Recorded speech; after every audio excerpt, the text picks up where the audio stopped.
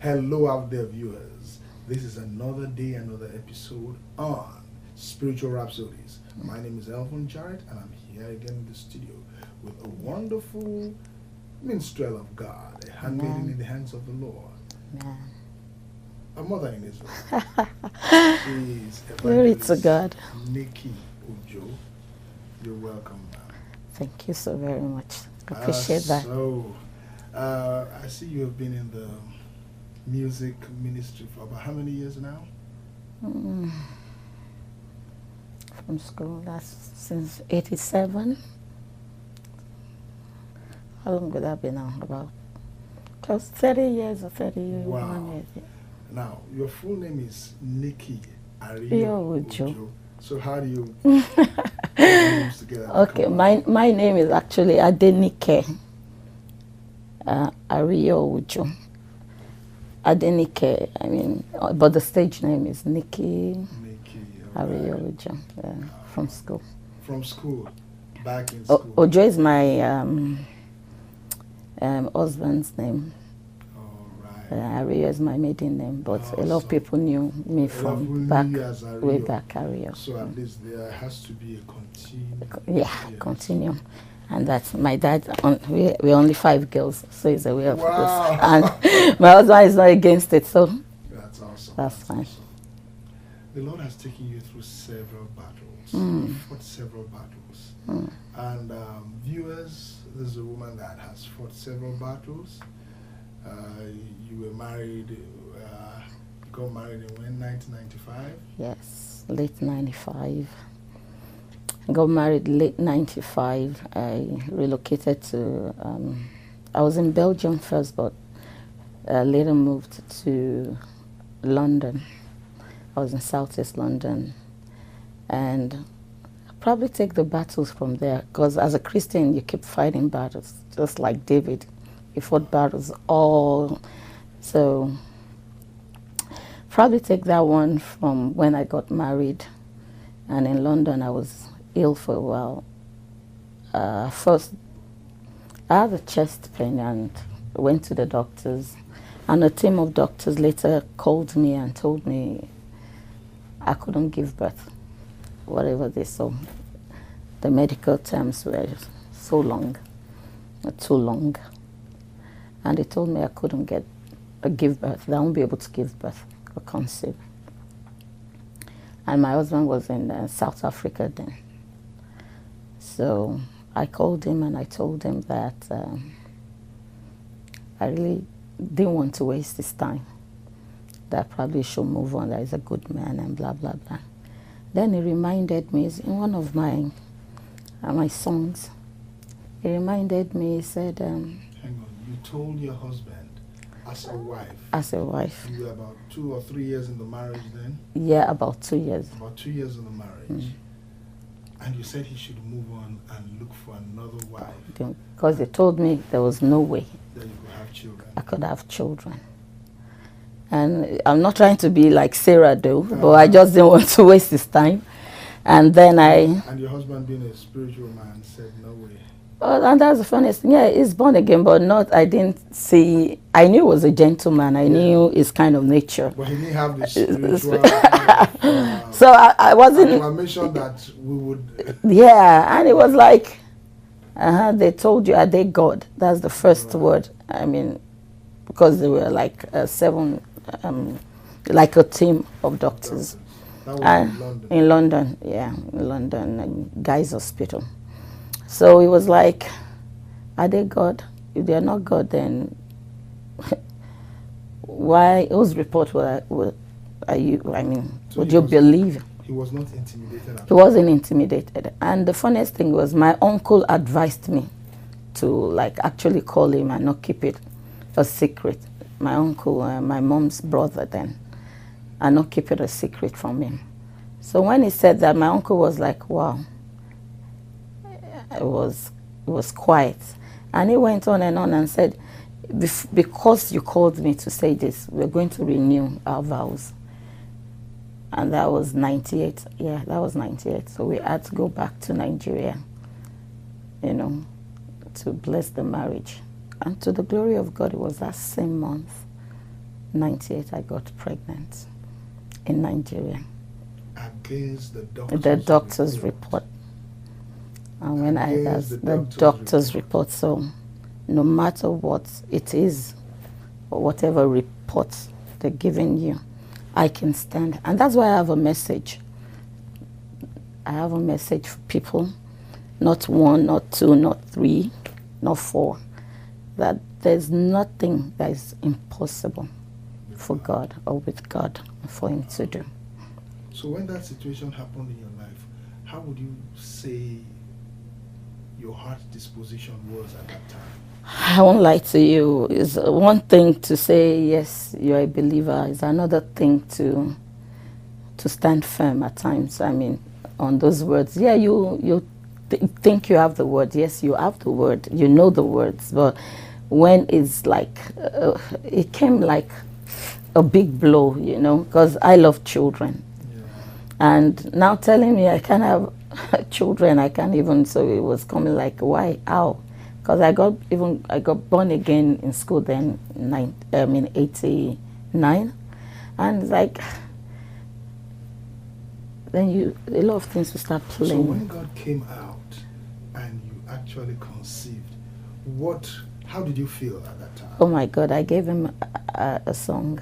A song. That means He gave me a new song. So that was, okay, my first album was 96 though. What song came out of your mouth? How did you express it? Mo ti rẹ́ ni fẹ̀yìntì, mo ti rẹ́ ni gbójúlé. Mo ti rẹ́ ni fẹ̀yìntì, mo ti rẹ́ ni gbójúlé. Ìbẹ̀rù kò sí, mo ti ní Jésù lólúwa. Mo ti rẹ́ ni fẹ̀yìntì, mo ti rẹ́ ni gbójúlé. Meaning I found someone to lean on. Someone, and you feel me, someone I love that loves me. He loved me first, right? But someone now that I was ready to serve till I die. Someone that I was ready to give my all. So I found someone to lean on, someone to look up to. That was what the song was talking about. Yeah, so I found him. That was the song I gave. And that's why my boy don't play with that song. He was ask, that's the song you did for me, right, Mommy? I said yes. Right. So he doesn't play with that song. How old is he right now? Oh, Sam is 19. He'll be 19. Yeah, he's 19. This is almost 20 years Yes, ago. now, yeah. He's 19. Wow. He came 99. Yeah. August 99. Awesome. So that was one battle that... It was a big battle, because at first I was like, okay, that's it. And even when I was pregnant, I didn't know it was my husband that was saying, you're pregnant. And I got angry. I won't lie, I was really mad.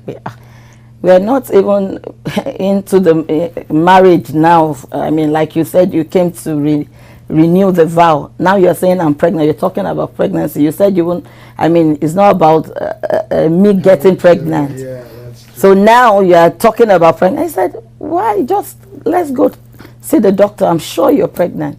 Because I was eating nails, you know. Yeah, he must have noticed the change in your demeanor and your behaviors and everything. It was too, because we got married in December, and it was that same December, you know, that it was like, I said, what is it? You know, that's just God.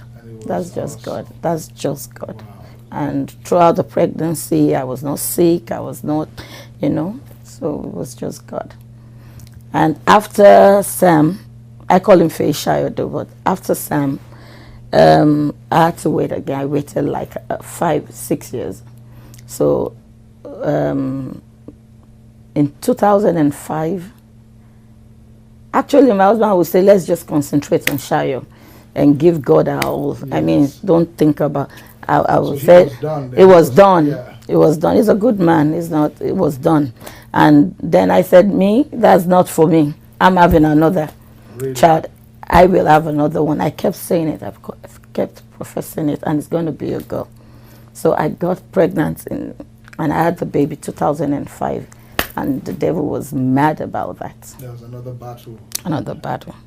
In 2005. Another battle. When you got pregnant, then another battle. Another battle. So after the baby. Ladies and gentlemen, we're going to have a break. When we come back, we're going to find out what this battle was about. We're still in the house with Nikki, Ariyo, and it's still Spiritual Rhapsodies. Hallelujah. My name is Elvin Jared. Stand by. He fed me, and he beyond me. I am me, oh my child. Oh, he fed me, and he beyond me. Oh my child. Oh, oh, oh, you're mine. Sweeter than the honey in the honeycomb. No one can ever love you like you do. Nothing can ever come between us.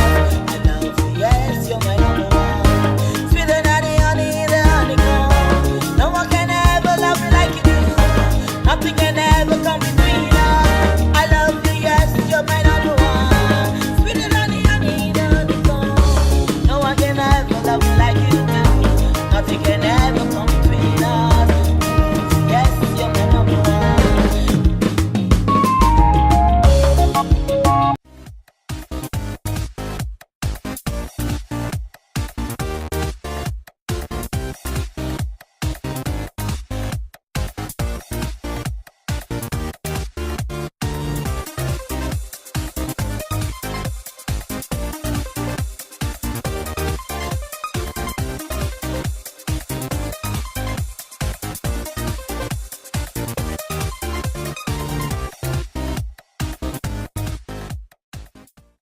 Welcome back, viewers. It's still Spiritual Rhapsodies on Afrocentric Television. And I have in the house my guest, Evangelist Nikki Ariyo, and she has a testimony telling us of how another battle struck about 7 years into her marriage. Well, 7 years or 9 years into her marriage. When she was about to have her second child. So 2005, I got pregnant again. And at the 4th month, I just fainted. I was bleeding. You fainted? Where? Yeah, Was this in the house? In the house. And the good thing was my husband was on his way to work, but he turned back and came back. And he found me. This was in London? In London, in Camberwell. And I was bleeding heavily and everything. They called paramedics and everybody. And they said there was no way I could have the baby, that the bleeding was too much. But I told them not to touch my baby. Oh, they wanted to take the baby out. They wanted to take the bleeding was premature abortion. Yeah, it was horrible. It was going 4 to 5 months then. But I told them nobody should touch my baby. Then there was a doctor who was a born-again doctor that was in St. Thomas's Hospital. He's a child of God. And he saw, I said, the statement I made probably moved him. And I said, you didn't put the baby there, and so you can't give me a negative report about that baby. So he came and he asked everybody to leave. And he asked that what if they had like a 3D then scan, and because with the bleeding, it was a non-stop kind of bleeding then. So can we still do that? But that he wants to pray with me, that after the prayer. So he prayed, and he now said, prayed with me. He didn't give you any He didn't give me, I was on some, I know what I'm saying. He didn't give you a medication at that time. The medication he gave you was a spiritual one. It was spiritual one. And he's a Ghanaian, and later I knew it was the head of the guy in the hospital. So he prayed, and in his prayers, I was crying. I was moved that a doctor was praying with me like that and everything. Then he said, "We will fight this through," but that he wanted to do a scan. But do I promise him, if after that scan, and he says it's not a baby I want to keep, will I allow him? I said yes, because he prayed with me. And after that scan, he told me, wow, that God was at work. Nothing, the baby was okay, everything was What was sound. the difference between the space between when you had the prayer and the scan? Oh my, it's like within probably 30, it wasn't up to 30, 40 minutes. So Let's he say. prayed for you. Now the paramedics saw this child and said, Everybody that if you see me then, because it was like yeah. they were trying to stop the bleeding, they couldn't. Yes, and the doctor prayed with you. Well, they prayed. He prayed with you. Then 30 minutes later, We had the scan in the hospital. They took me to the hospital. Then we had And the he scan. acknowledged. That he now said the word that Jehovah has a hand in this. That's it was like it was surprised to not surprised on purpose. It was like wow. It was just saying wow, wow, and he was happy that we prayed and that I said no in the first place. So this baby came, and 5 months after she came, I was diagnosed with cancer, breast cancer. And I had mastectomy on the right side, and I didn't give up because they gave me it got to a point where it was a stage 4, and they gave me like a few months to live. I think it was 60 days or something, but I wasn't ready to die. Stage 4. And what is the final stage 5? I can't even, I don't even. Stage 4. That was critical. So I was like, no, this is not for me. I was ready to fight, although I was helpless because I was on chemo. I had radiotherapy. I had so many things going on then, I was bald. Yeah. And I would look at the baby. I couldn't even help my baby, the baby I prayed for. So my mom and dad they relocated. My families were all around me and everything. Yeah, family support. So that's why most times I You cherish your family. And not just that, if now I go around, I encourage people. That's the message I have right now, though. I mean, if you've been through, you go through chemo. So now, That's one thing you can't even with your... Chemo. What was the activities that was going on? Was it the chemotherapy that you really handled, or the drugs that are prescribed to you that brought you kind of saw you through that stage? Oh, no.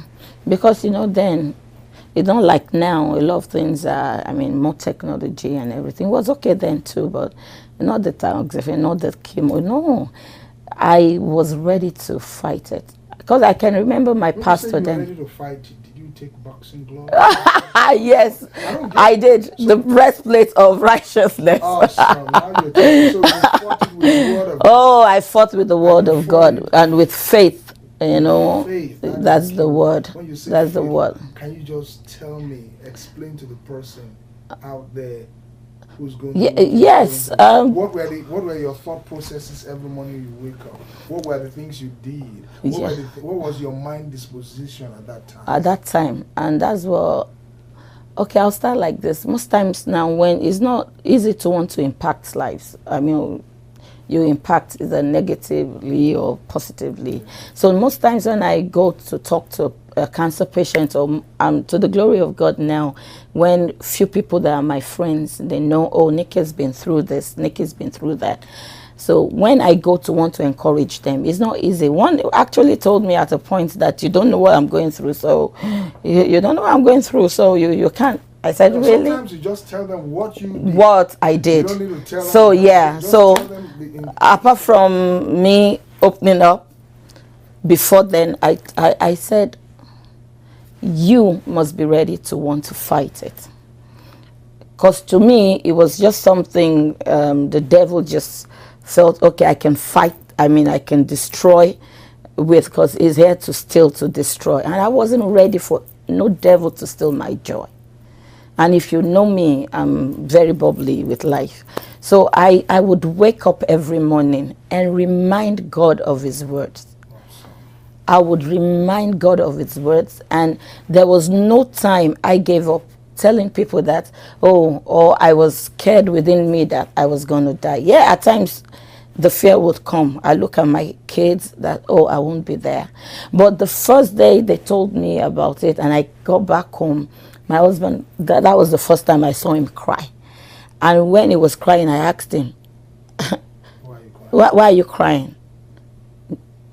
I'm not going to die, and I won't die. We will both take care of these kids. That was your confession. My confession. And he was happy. Was there any particular scripture that you used to hang on to? Oh, I held on to so. Just give us one. The first one, and I still say it till today, is Psalm 27, that is my light and my salvation. Whom shall I fear? That's one. My light and salvation. For whom shall Shall I I fear? fear? So I was ready to face any battle. Of whom should I be afraid? Is it You are the not doctors? afraid of cancer? No, You are not afraid of doctor's cancer. report? No, not his report. And I'm happy. Even my doctor then once said, I don't know whatever it is you believe in, Nikki, hang on to it. Because most times That was your doctor's my report? Doctor's report. That was About your faith. my faith. So faith here is a very Oh, tangible, it's a tangible thing. Impeccable. Awesome. Impeccable. And that's why you're ready to want to do something. You put your mind to it and you put God into it. There's no battle you cannot face. So most times when I meet people, I'll So ask. how did you go through that battle? How did you overcome it? What were the symptoms? How did you know you had won the battle? How did I know? Was it the doctors who came and told you? Hey, this That's what I was going to say. Dr. Gilly now called me one morning and said that they found out something else, with my lungs. Then that it was spreading after the surgery, the first surgery and everything, and that she was even scared to want to tell me, and she wanted to be very sure. But that morning when I came, I made a statement that I need you to work with me, doctor, on this. I'm not giving up, and I won't give up, and I'm not going to die. And that word, she said that word got so, like an arrow that was pierced. And that morning, I was telling her about what my mother did. She came with ugu. In London, you could find fresh ugu. Yeah. She just said, because most times my white blood cells would just drop, and when it drops, I can't get the chemo. So my mom said, let's try ugu and the malt. That let's just try it. I said, why would you want to try ugu and malt? He said, let's just say this malt that we drink. I said, don't bring Nigerian thing into it. She said, please, Nikki, let's just try that. She knows that ugu, when you squeeze the water, the liquid is good. So we tried it, and I got to the hospital, everything was, and she was asking me, what did you take? That's the doctor. And I told her that was what my mom gave me. She actually took that to the lab. She asked me to bring it, and they took a sample of it. She took it, and they tried, they said it was good, but that, not in that quantity that I was taking, but it worked. So that was when she told me that it might not even be what you're doing, it's what you're holding on to. And that was when she made that statement that whatever it is that you do or that you serve, hold on to it. Right. So it was beyond. It was beyond her. The ugu and the It malt was your mother beyond. brought. Was beyond That her. was just like a point of contact. It was beyond. It was the faith you had. Was beyond. Yes, And when I go spiritual to church every Sunday morning, I only don't go to church when probably my white blood cells would fall after chemo. After chemo, 2 weeks is horrible. But anytime I'm in church and I lead the praise and worship, I see my pastor, Pastor Femi Ojo then too. While you were going through this, you were going to church. Oh, I You do. were still leading I was praise still worship. leading praise While you were worship. going through chemotherapy. I was. You were going to I didn't church. stop serving. How long was that? What was the space of that? I never. How long was it? For 2-3 months? I go to church the only time. How long was the treatment of the chemotherapy? Oh, I had chemo for over a year or close to a year. Yeah, then close to, because it was one thing after the other. I was bored for like till we moved down. I was like bored, like a man's head, like bored. So, and all this happened in the space of a year. In the space of a year and a half, I think. Wow. Space of a year and a half. So gradually every day you woke up speaking the word. You woke up with praise in my mouth. You went to church. I would go to church. You still led praise worship. I would. And if I probably didn't tell you then, you could only, you would not know, but you would know there's something wrong because I didn't have all this air, my eyes, everything fell off. At that time, or was it after then you now decided to sing? Yeah, so I could remember the last one when concerning my throat, and they were like, they don't think I could sing again. I should like take it easy. And I told the doctor that I'm not sure I would do, because the first time on the sick bed, and that's why every year I come out with a song for God. I said it's a covenant that I told God that if he could spare my life, I will come to him every year. I had it then November 7th. You have a new album you have right now. Yes. This is called The Golden Covenant Keeper. Yes, I turned 50. You turned 50? 50, the golden girl. Wow. This is a woman who the doctor said she was not. So we're going to live. How old were you when you had? I was 37. She was 37 at that time. And they said she had just a few months to live. Today she's 50. I'm 50. So that's why I titled the golden. The golden. I'm golden. So it's the golden covenant keeper. Wow, awesome. It's a golden. So this is available right now. It's available. Yeah. So it's going to be on iTunes, CD Baby, and. And the video is coming out soon. Soon. So we'll get Mike Abdul will be around in the next 2 weeks. So I sang. There's a song there with me and Mike Abdul. So. Now, could you just give us a number from here so we'll round up to bless our viewers right now? Just give us a song. Okay. You have been so good to me.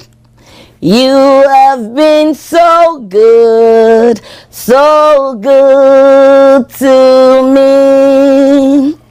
Everything I needed, you gave to me. You have been so good to me. Awesome. There's nothing I'm preaching now. There's no message I'm giving now that I cannot stand to say, yes, it did for me. Only all glory to him. Everything I needed, everything. And that same thing, whatever it is you need, I know it will give to you if you look up and you put your faith to him. Well, viewers, you heard it all. That is Nikki Ariyo Ojo, a cancer survivor, a woman that was called barren, but God changed her story into glory. He can change yours into glory. That's right. He can change your story into glory. That's right. And if you want more information on this, we'll put her contact out for you, and you can get in touch with Afrocentric Television. Amen. Spiritual Rhapsodies producer. My name is Elvin Jarrett. It's been a pleasure being with you. Thank you so much, Nikki. Thank you so very much. Here. Thank you. And we just say, God bless you. Your best years are ahead of you, not behind you. That's right. Thank you.